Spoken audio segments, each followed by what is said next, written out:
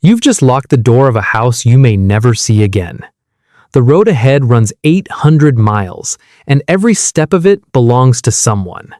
You think you're walking toward a saint, toward forgiveness, toward the one moment your whole life has been bending toward. And you are, but you're also about to become the single most profitable thing that will pass through 100 small towns this year. A walking purse with a soul attached. The relic at the end of this road is priceless. Everything between here and there has a price. And in the next 20 minutes, I want to show you the machine you never knew you were feeding, because the Holy Road didn't run on faith alone. It ran on coins. Yours. Let's start with a lie you've been told, gently, your whole life. That pilgrimage was free. That the poor could simply walk to God. They could walk. Walking was the one thing nobody could charge for. But the moment you needed to cross water, the economy found you. Medieval rivers didn't have bridges where you wanted them. They had men with boats. And those men understood something about you that you didn't understand about yourself yet. You were desperate. You were far from home, and you were in a hurry to save your soul. There's a guidebook from around 1140 written for pilgrims heading to Santiago, and it reads in places like a furious traveler leaving a one-star review that never dies. It warns you about the ferrymen, how they'd extort ridiculous sums just to row you across a river, and how, if the boat was overloaded and tipped, they'd sometimes just take the drowned pilgrims' belongings and laugh. It names the toll collectors who were legally allowed to tax merchants and no one else, but who taxed pilgrims anyway, charging 8 or 12 coins, where the honest rate was 4 or 6. Double. Always double. And south of Bayonne, in Basque Country, the guide says the tollmen didn't even bother with paperwork. They came at you with 2 or 3 sticks and beat the tribute out of you. Sit with that. The very first thing the sacred journey teaches you is that your holiness has a market value, and there are men standing at every river to collect it. You haven't bought a candle yet. You haven't seen a shrine, and you've already paid 3 times. This is the thesis of everything that follows, so let me say it plainly. You believe you are paying for salvation. What you are actually funding is a machine, a vast, improvised, wildly profitable economy of movement that stretches across a continent and doesn't answer to the church at all. Night falls, and now the road needs to sell you the 2 things a walking body cannot refuse: a roof and a meal. Here's where it gets clever, because the church saw this coming. All along the great routes, monasteries and bishops built hospices, charity houses where a pilgrim could sleep and eat for nothing. It sounds like the opposite of a business. It sounds like grace. And sometimes it genuinely was. Picture the great hospital at Roncesvalles, sitting in a brutal Pyrenees pass where pilgrims used to freeze to death crossing into Spain. It was founded around 1132. And at its height, it was handing out tens of thousands of rations a year. A loaf of bread, half a pint of wine, soup, and meat or fish on fasting days to anyone who arrived cold and hungry and broke. 5 meals a day, they say. Stay 3 nights, no charge. Try to imagine the sheer tonnage of grain and wine that promise required, year after year, decade after decade. Now ask the question the romance doesn't want you to ask. Where did the wealth to give all that away come from? Because charity at that scale isn't the absence of an economy, it's the visible top of a very large one. Roncesvalles didn't stay one lonely hospital in the mountains. Within a century, it had swallowed up 9 more hospitals across the Pyrenees, plus houses in Toulouse, in Normandy, even one at Westminster in London. A charity that owns property in 4 countries is not only a charity, it's a landholding corporation that happens to give out soup. And for every free bed the monks offered, there were 10 you had to pay for. The hospice could shelter you, but it couldn't feed a whole road. So the road grew its own answer. Taverns, inns, private houses with a spare corner, and a landlord who knew exactly how tired you were. A bed, a fire, a bowl of something hot. Each one a small transaction. Small enough to feel like nothing, but But now do the multiplication, because the multiplication is where the whole thing stops being a story about one tired traveler and becomes a story about a civilization. In the 13th and 14th centuries, historians estimate that Santiago alone pulled in something like 500,000 pilgrims a year. 500,000. Every one of them needing to sleep roughly 30 nights on the road. Everyone needing to eat 3 times a day if they were lucky, once if they weren't.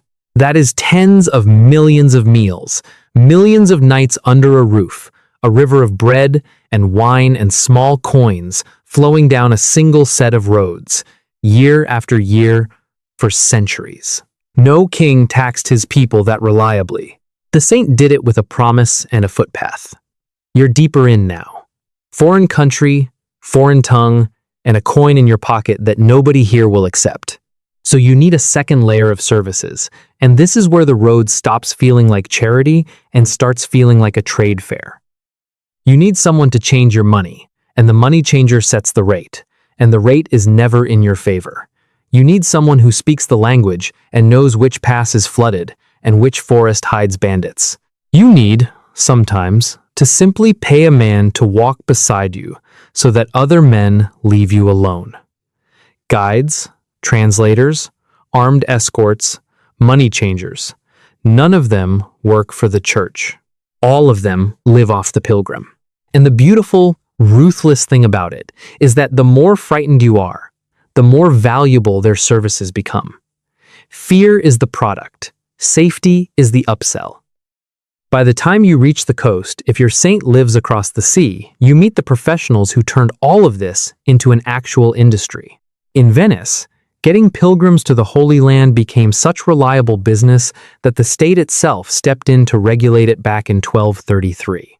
By the great age of the Jerusalem voyage, you could buy something that should sound eerily familiar, an all-inclusive package. Round trip by galley to the port of Jaffa, food and drink included, for something in the order of 40 ducats. 40 ducats. That was a serious sum, the price of a comfortable spot on the ship with decent care.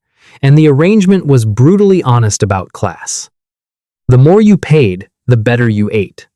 The rich pilgrim and the poor pilgrim sailed to the same holy city on the same boat, and the boat made sure they never for one moment forgot which was which. Even the road to God had a first class. We're not guessing at any of this, by the way. We have the receipts, because some of these pilgrims wrote everything down. A German friar named Felix Fabri sailed to Jerusalem twice in the 1480s and left an account so detailed it's almost unbearable. The haggling over the fare, the stench below deck, the pilgrims fighting for the good sleeping spots, the way the Venetian captains squeezed every last coin out of a boatload of holy men.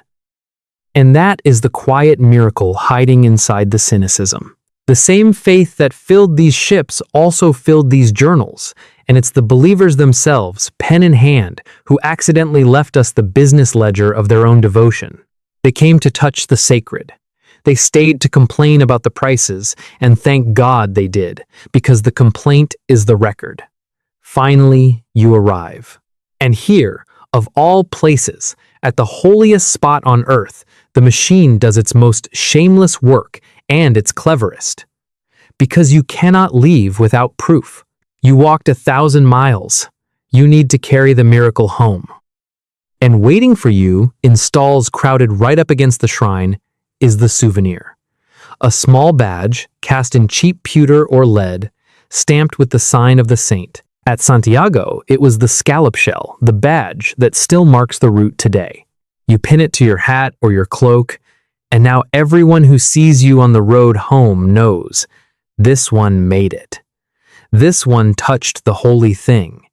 They sold in the thousands, then the tens of thousands. Cheap to cast, endlessly in demand, bought by nearly everyone who came, and everyone came. This was one of the great mass-manufactured products of the medieval world, and it was invented for exactly one customer, the pilgrim who needed to prove where he'd been. And here's the little detail that gives the whole game away. By around the year 1200, the badge trade at these shrines had gotten so lucrative that the church and the local merchants started fighting over who had the right to sell them. Fighting over the pewter. When bishops and businessmen go to war over the souvenir stand, you are no longer looking at a religion that happens to have visitors. You are looking at a destination economy that happens to have a religion at the center of it. Now we reach the turn. Because if I asked you who got wealthy from all of this, you'd say the obvious thing: the church, the shrine, the saint's own house at the end of the road. And you wouldn't be wrong. Exactly. The great shrines drowned in gold. When they finally built the grand shrine of Thomas Becket at Canterbury, it stood for more than 3 centuries, and pilgrims buried it under so much gold and silver and jewelry that it became one of the most dazzling objects in England. In the Jubilee year of 1300, so many pilgrims poured into Rome that the crowd never thinned for 12 straight months, and the chronicler Villani watched 2 clerics stand at the altar of St. Rome. Peter's, day and night, raking up the coins the faithful threw down, raking, like leaves. That image should tell you the shrines did just fine. But here is the flip, and it's the whole reason this road is worth 20 minutes of your life. The shrine was one building. The road was 1,000 miles. The saint's church collected the offering at the end, but every ferryman, every toll collector, every innkeeper, every money changer, every guide, every badge caster, every farmer who sold bread to a hospice, every town that existed only because it happened to sit a day's walk from the last town, all of them ate off the journey every single day, whether or not you ever reached the shrine at all. The destination captured the climax, the route captured the volume, and most of that money never touched the church. The toll man worked for a local lord, the innkeeper worked for himself. The Venetian galley worked for Venice. A holy road, it turns out, is a public utility that a whole secular economy quietly plugs itself into. And the miracle at the end is almost beside the point to the men getting rich in the middle. The saint didn't need to be real for the toll to be collected. The pilgrim only needed to believe he was, and to walk. Which means the whole thing had a terrifying weakness, and it's the same weakness every network economy has ever had. It only works while the people keep moving. Now, I want to be careful here, because this is where a story like this gets tempting to oversimplify, and the honest answer is messier than a neat collapse. But the pressures are real, and you can watch them stack up. Stop the movement, and the machine starves overnight. War closed the roads. A route running through a battlefield carries no pilgrims and no coins. And then, in the middle of the 14th century, came the thing that turned the machine's greatest strength into its throat. The Black Death moved along exactly the arteries the pilgrims had built, the same roads, the same crowded inns, the same shared cups and packed hospice dormitories that had spread devotion, now spread the pestilence, town to town, at the speed of a walking man. A network built to move bodies toward a saint became a network for moving death toward everyone.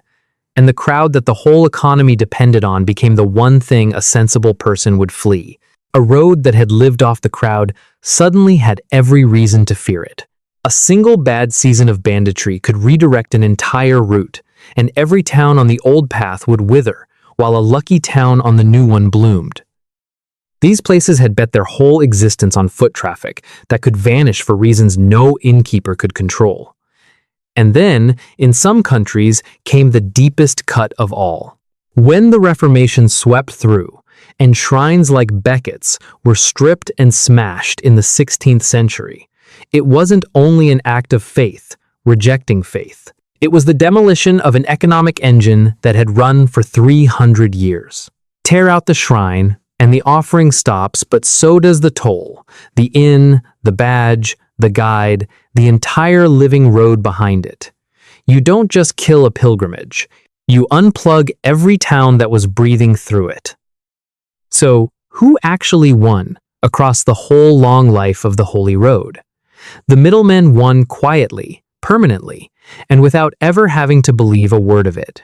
Venice won, turning devotion into a shipping line. The lords with a river and a legal right to a toll won. The towns positioned in the right spot won so completely that some of them exist today, for no other reason than that medieval pilgrims once needed somewhere to sleep, between two other places. The great shrines won, until the day they spectacularly didn't. And the pilgrim? The pilgrim is the one the story keeps telling us was fleeced, and it's true that he paid at every gate. But I don't think fleeced is quite the honest word, and here's where I'll push back on my own cynicism. The pilgrim came for something the ledger can't hold. He wanted to stand where the holy thing was, to be forgiven, to go home, changed. Whether he got that is between him and a god this video can't audit. What we can say for certain is that on his way to buy something invisible, he paid, coin by coin, for something enormous and completely real. He fed a continent's worth of roads, towns, trades, and hands a whole economy of movement that historians are still reconstructing from the badges he dropped and the tolls he cursed. So the next time you see that little scallop shell on a hiking trail, on a wall, stamped into a road sign across half of Europe, remember what it actually is. Not just the mark of a saint, the logo of one of the oldest travel industries in the world. The relic was priceless. The road was for sale. And the strange, human truth is that both things were completely true at once. The pilgrim really was walking toward God, and he really was, with every step, paying the wages of 1,000 people who were only ever walking toward him. If this changed the way you see that shell, stay with me, because the next road I want to walk down is even stranger, and the machine hiding under it is even bigger. Subscribe, and I'll take you there.